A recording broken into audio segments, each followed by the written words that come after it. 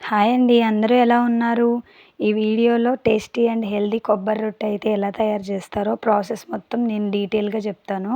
Video అయితే skip చేయకుండా end వరకు అయితే చూడండి. నేనైతే అర కేజీ మినపగుళ్ళు తీసుకున్నాను. అర కేజీ మినపగుళ్ళుకి ముప్పావు కేజీ బెల్లం అయితే తీసుకున్నా. టేస్ట్ తియ్యగా ఉండాలి అనుకున్న వాళ్ళు బెల్లం ఇంకొంచెం యాడ్ చేసుకోవచ్చు. మాకైతే కరెక్ట్‌గా సరిపోయింది పర్ఫెక్ట్‌గా. కొబ్బరి అయితే ఒక కొబ్బరికాయ తీసుకున్న అర కేజీ మినపగుళ్ళుకి. ఒక 100 గ్రామ్స్ బియ్యము కడిగేసి ఆరబెట్టుకొని ఉంచుకోవాలి. పచ్చిశనగపప్పు అయితే 125 గ్రామ్స్ అయితే తీసుకున్నాను. పప్పుని బాగా నానబెట్టుకోవాలండి.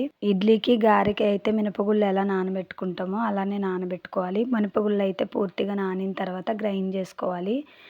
పలచగా కాకుండా పిండి మంచిగా టైట్‌గా ఉండేటట్టు చూసుకోవాలి. ఇట్లా వీడియోలో చూపించేటట్టు. అప్పుడే కొబ్బరి రొట్టె అనేది కేక్ లాగా పర్ఫెక్ట్‌గా వస్తదండి. వాటర్ ఎక్కువ పోస్తే కేక్‌లా రాదు. పలచగా అయిపోద్ది మొత్తం. కడిగి ఆరబెట్టుకున్న బియ్యాన్ని అయితే మిక్సీ పట్టుకోవాలి. మరీ మెత్తటి పౌడర్‌లాగా కాకుండా మన ఉప్మా నూక ఉంటుంది కదా! అట్లా రవ్వ రవ్వ వచ్చేటట్టు పట్టుకొని పక్కకు పెట్టుకోవాలి. కొబ్బరి అయితే పూర్తిగా ఒక కొబ్బరికాయ అయితే తీసుకున్నా అని చెప్పా కదా! ఆ కొబ్బరి ముక్కల్ని చిన్న చిన్న పీసెస్ లాగా కట్ చేసుకొని, బెల్లంని చిన్నగా కట్ చేసుకొని అవి 2 కలిసే విధంగా మిక్సీ పట్టుకోవాలి. గ్రైండ్ చేసి పెట్టుకున్న మినప్పిండిని అయితే ఒక వెడల్పుగా ఉన్న బేషన్‌లోకి అయితే తీసుకోవాలి. పిండి వీలుగా కలిపేటట్టు. వరి నూక పట్టుకున్నాం కదా మిక్సీలో, అది కూడా యాడ్ చేసుకోవాలి. తర్వాత కొబ్బరి అండ్ బెల్లం 2 మిక్స్ చేసి పెట్టుకున్నాం కదా! అది కూడా దాంట్లో వేసేసుకోవాలి. నానబెట్టుకున్న పచ్చిశనగపప్పు, 4 ఇలాచీలు పౌడర్‌లా చేసి ఏసుకోండి. చిటికెడు సాల్ట్ అయితే యాడ్ చేసుకున్నా టేస్ట్ కోసం. బేకింగ్ సోడా కూడా కొంచెం యాడ్ చేసుకున్నా. మీకు నచ్చితే బేకింగ్ సోడా యాడ్ చేసుకోండి. లేదనుకున్నోళ్ళు స్కిప్ చేసేయొచ్చు. మొత్తం అంతా కలిసే విధంగా ఉండలు లేకుండా మంచిగా స్మూత్‌గా వచ్చేటట్టు కలుపుకోవాలి. మధ్యలో ఉన్న పిండి మంచిగా కలవకపోతే ఉండల్లా ఉంటే రొట్టె అనేది పర్ఫెక్ట్‌గా రాదు, ఉడకదు లోపల. ఇలా మంచిగా ఉండలు లేకుండా కలిపేసుకోవాలి. తర్వాత వెడల్పుగా ఉన్న ఒక గిన్నెని తీసుకొని 5, 6 చెంచాల వరకు నెయ్యి అయితే యాడ్ చేసాము.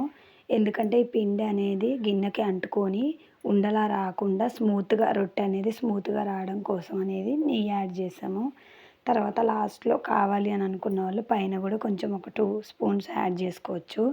మేమైతే రొట్టెని బేక్ చేయడం కోసం బొగ్గుల పొయ్యి అయితే యూజ్ చేసాము. ఇట్లా తడిపేసి ఒక కాటన్ క్లాత్‌ని ఆవిరంటే బయటికెళ్ళకుండా మొత్తం కాటన్ క్లాత్‌తో కవర్ చేసేసి పైన ప్లేట్ పెట్టాము. ఇట్లా ఆవిరికి ఉడికితే చాలా టేస్టీగా ఉంటది. నార్మల్‌గా మనం బేక్ చేసేదానికంటే. మాకైతే ఒక 2 అవర్స్ పైనే పట్టింది. ఎందుకంటే మేము బొగ్గుల పొయ్యి యూజ్ చేసాం కాబట్టి. అదే గ్యాస్ మీద అయితే ఒక 1 అవర్‌లో అయిపోద్ది. అది లో ఫ్లేమ్‌లో పెట్టుకొని చేసుకోవాలి. కొబ్బరి రొట్టె అయితే ఉడికిన తర్వాత చాలా పర్ఫెక్ట్‌గా వచ్చింది. కానీ మా వోళ్ళకి ఆత్రం, ఆరాటం ఆగదు కదా!